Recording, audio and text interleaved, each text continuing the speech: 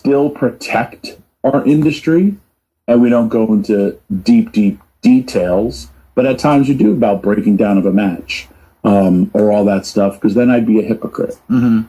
Because sometimes we expose the curtain because we also feel we have a much more intelligent fan base. So, like, I'll tell you what the one thing I hated. When the writer pushed CM Punk, and then they showed Seth Rollins and CM Punk.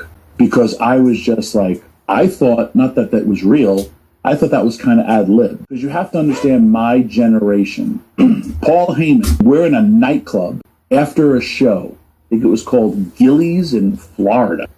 We just take a camera, we show Stevie Rich, and Paulie tells Stevie, go dance like an idiot. And he goes up to every girl in Daisy Dukes and a half shirt and dances like an idiot. And we, and then like every girl, just like one girl actually started dancing with him. And they didn't see the cameras. And then Paul's just like, hey, I want you and Raven to get into it, so just be prepared. That was like when we walked into the building, and then like an hour and a half later, I'm leaning against a cigarette machine, to tell you how to date this, 1995, and Raven just comes and blasts me.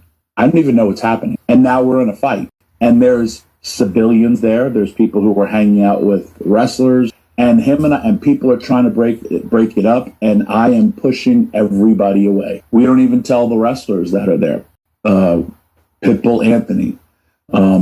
He's trying to break it up because he's friends with both of us. And I beat up Raven. I literally throw him down a flight of steps. And then Raven, I busted open his eye. He cuts a promo. And we're like, all right, we got to go because cops are coming. We get in the car and we drive away. That's how we did things. And you go back and we'll find it on Peacock or YouTube. And you're like, whoa, that was a real moment. The one that got me was Rhea Ripley going over the move she was going to do in the match against Liv Morgan on Netflix. Wasn't necessary. You did not have to show that.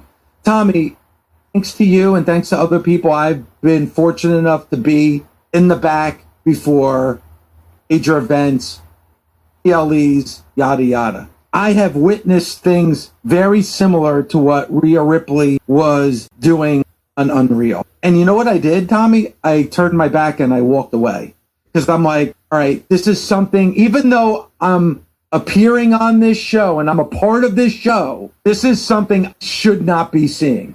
Again, and the one thing I will disagree when it comes to Busted Open, there are still lines on this show that we do not cross. There's certainly lines that I do not cross. There are times I've been at shows where there's a conversation that you might be having with somebody or two wrestlers having. And you walk away. Yeah, and I walk away. I walk away, or I might be sitting with you, for example, and that conversation happens. I'm like, all right, it's time for me to get up and leave this room. I was floored.